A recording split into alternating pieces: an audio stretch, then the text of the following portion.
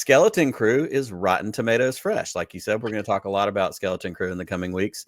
Disney Skeleton Crew, the latest addition to the Star Wars universe, has debuted to glowing reviews, earning an impressive 95% critic score and an 86% audience score on Rotten Tomatoes. The series has been praised for its blend of adventure charm and its ability to appeal to audiences of all ages. These scores position Skeleton Crew among some of the best-rated Star Wars projects in recent history. It ranks below Andor, which holds 96% critics and 87% audience score, but surpasses highly regarded entries like The Mandalorian, which is 90% and 78% respectively, as well as The Force Awakens, which comes in at 93 and 84. Unlike other projects that have faced polarized reactions, Skeleton Crew has managed to avoid significant controversy. Now, granted, we're 3 days in. Audience score aligns closely with its critical acclaim, showcasing a level of consistency not always seen in the franchise. For comparison, The Last Jedi suffered from a wide disparity with a 91% critic score, but only 41% from audiences. Meanwhile, Acolyte, still awaiting its release, currently holds an 18% audience score amid accusations of review bombing, which we saw a little bit of. With its nostalgic Goonies-inspired tone, Skeleton Crew introduces fresh characters and mysteries to the Star Wars universe. Starring Jude Law and a young, talented cast, the series has already sparked discussions about a potential future. For now, Skeleton Crew represents a much-needed win for Disney and Star Wars fans alike. So, Pete, here's my question for you on this particular story. With news like this, there's only 2 episodes out.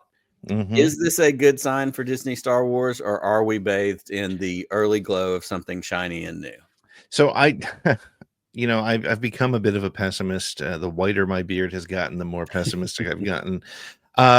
It's really interesting to see, as we mentioned a little bit earlier, that the usual cast of characters who hate everything that's got that Disney Plus logo on it before it even comes out, a number of them are positive on the show. They're not giving glowing reviews because they want to be, they got to keep their brand going. But I'm optimistic. I'm optimistic that maybe this could be a little bit of a shift. And I think there's a couple things that went into it.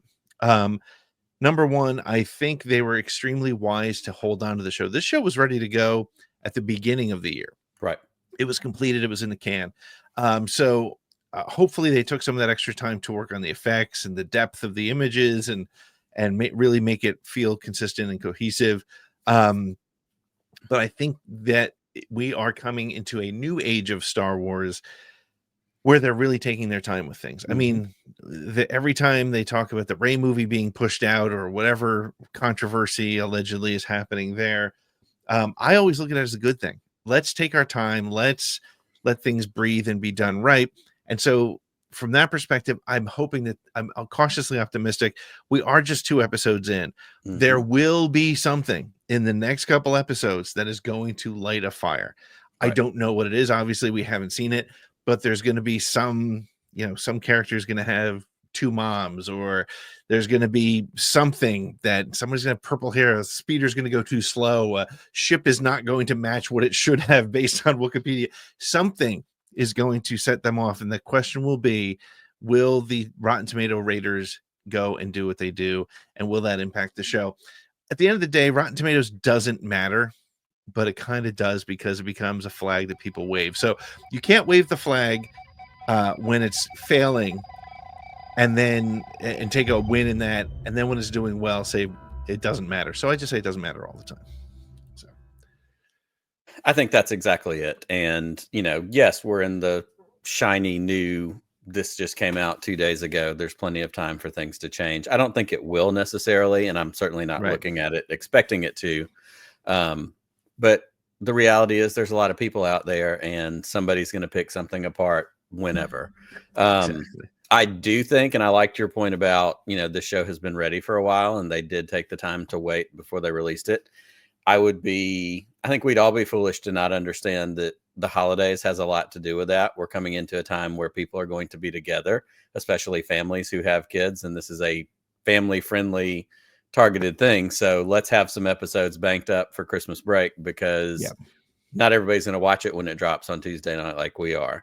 But you're going to have families with younger kids that are going to be like, hey, Christmas break's coming and we can all watch Skeleton Crew together and curl up on the couch because we're home and spending some time. So I do think it was a great move.